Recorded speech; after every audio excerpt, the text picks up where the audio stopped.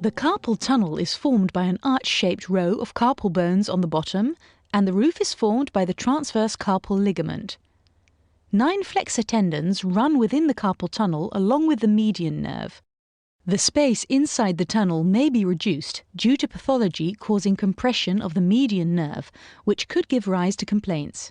In order to decompress the median nerve, the transverse ligament can be transected. The radius is the most lateral lying bone of the forearm, and the ulnar is the most medial lying bone of the forearm when it is in supinated position. The most radially located bones of the proximal and distal row of carpal bones are the scaphoid and the trapezium bones respectively. The most medially located bones of the proximal and distal row of carpal bones are the pisiform and the hamate bone respectively. Furthermore, metacarpal bones 1 to 5 are shown in this overview, and counting of the bones starts at the thumb.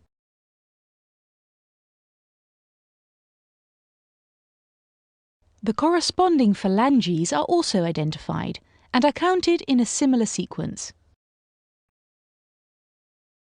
The transverse carpal ligament is a fibrous band located on the ventral side of the wrist. On the radial side, it attaches to the scaphoid tubercle and the ridge of the trapezium bone. On the ulnar side, it attaches to the pisiform bone and the hook of the hamate bone. The transverse ligament forms the roof of the carpal tunnel, whilst the bottom is formed by the carpal bones. This ligament is transected when performing a carpal tunnel release. The palmar fascia is a thin, superficial sheath of fibrous tissue located on the volar side of the hand. It encloses muscles, tendons, and neurovascular bundles.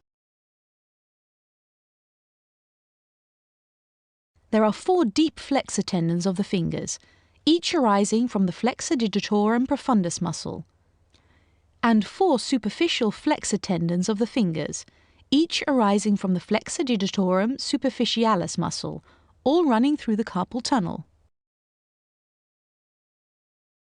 Similarly, the flexor pollicis longus tendon also runs within the canal.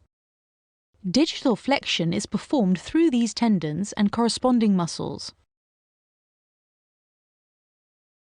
Superficially, the long palmar muscle, not visible in this overview, is connected to the palmar fascia by the long palmar tendon. Take note that this muscle and tendon is not anatomically found in some humans.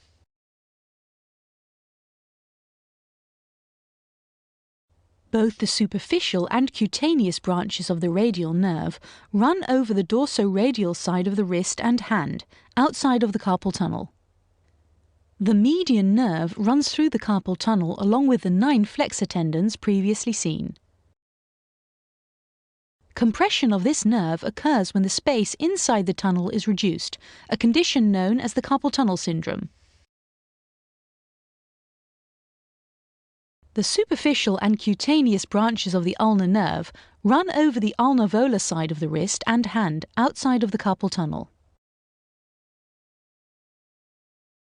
The radial artery arises from the brachial artery.